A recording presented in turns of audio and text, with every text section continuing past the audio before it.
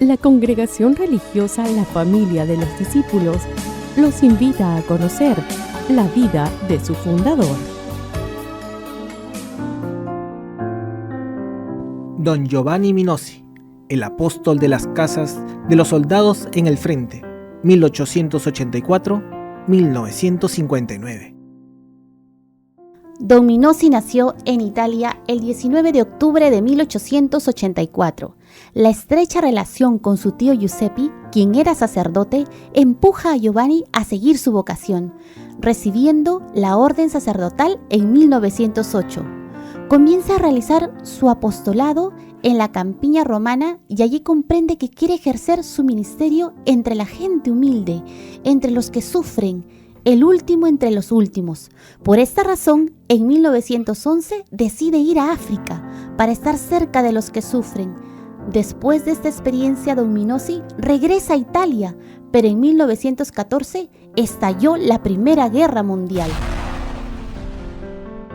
El 10 de junio de 1915, el capitán capellán Don Giovanni Minosi partió hacia el frente oriental italiano para atender a todos los heridos en los diferentes hospitales de campaña. Lo que más le preocupaba eran las diferentes necesidades de los soldados, principalmente del calor humano, cuando escribían a sus familiares o a sus seres queridos. Habían cientos de soldados aburridos de sí mismos y otros amargados por una ociosidad que poco a poco se tornó agria. Debido a ello, Don Minosi alquiló una habitación y la amobló con estantes de libros, revistas y periódicos. Estas son las salas de lectura, precursores de la biblioteca de campo, y luego las casas del soldado en el frente, en los cuales se siente una sensación de protección para los soldados, ya que pueden relajarse, leer y escribir a sus familias. Esta buena idea se replicó a los hospitales de la campaña, beneficiando en el estado de ánimo de los soldados heridos y deprimidos.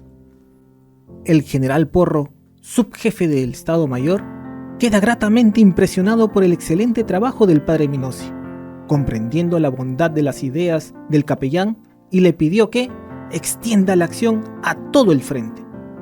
El 12 de diciembre de 1916, las casas del soldado eran consideradas un oasis donde se respira ese aire cálido y amoroso de hogar.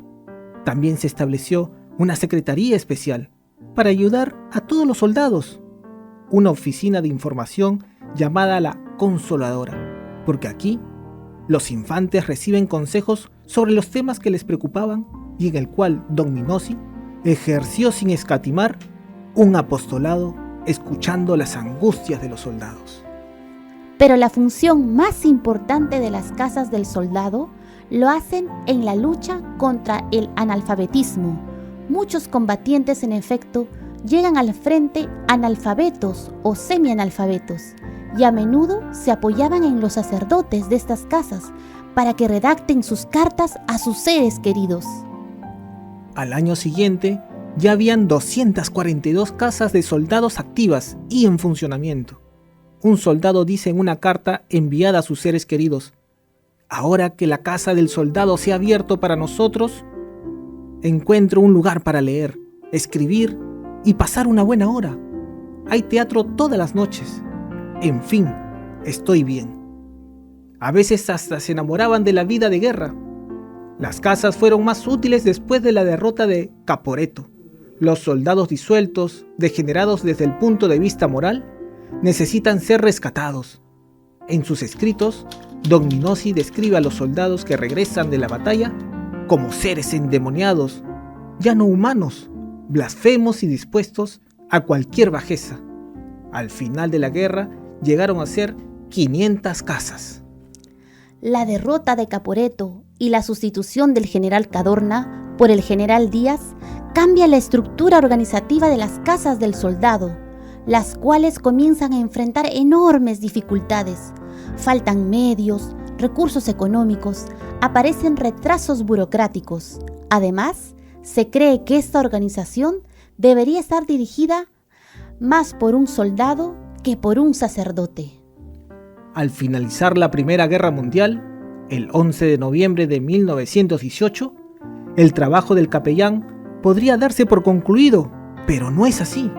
Ahora quienes necesitan de su acción son los hijos de los soldados que murieron en la guerra. El padre Minosi debe cumplir una promesa hecha en los campos de batalla a los padres luchadores: cuidar de sus hijos. Para la realización de este ambicioso proyecto y de gran utilidad social, contó con el apoyo de su inseparable amigo, el padre Giovanni Semería, a quien conoció en 1916 y cooperaron juntos en las zonas de guerra.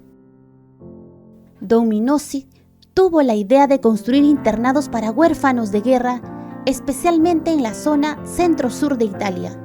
Ya en 1918, los dos se pusieron a trabajar.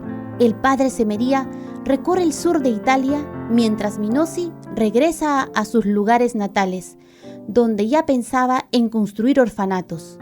Los primeros auxilios provienen de amistades de don Minosi hizo en la guerra.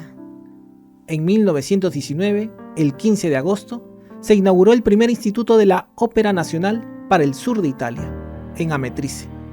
Albergaba al principio 12 orfanatos. Le siguieron los de Poder, Alegría de la Colina y cientos de otras instituciones, siempre en el sur del país.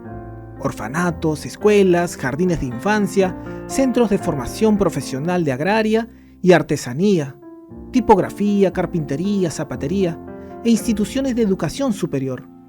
Minosi vio la necesidad de consolidar el trabajo que se estaba haciendo y decidió abandonar el modelo de colaboración, para el cual cada uno de los institutos de la obra fue confiado a sacerdotes o religiosos, prestados de sus superiores, y quería fundar una congregación religiosa, la Pía Compañía de Discípulos. Obtuvo la aprobación papal en 1931. En 1940 hubo entonces la aprobación de las Hermanas Siervas del Señor, con el objetivo de seguir prestando servicio en las casas de la obra. Llegamos a 1950. Los ecos de la guerra se van desvaneciendo lentamente. La ópera Don Minosi, como se llama, sigue desempeñando su papel a toda velocidad, pero una triste noticia consterna a todos los que conocieron y llamaron al sacerdote. El 11 de noviembre de 1959, el apóstol de las casas de los soldados regresaba a la casa del Padre.